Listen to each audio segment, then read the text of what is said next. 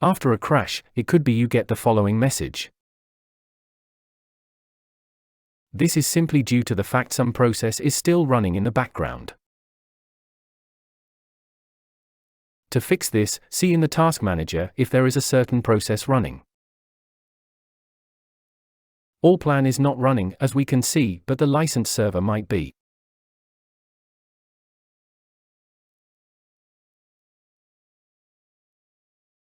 So just call up the CodeMeter Control Center.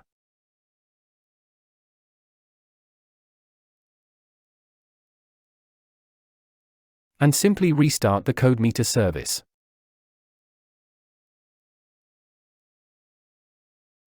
After this is done, close the window and restart Allplan.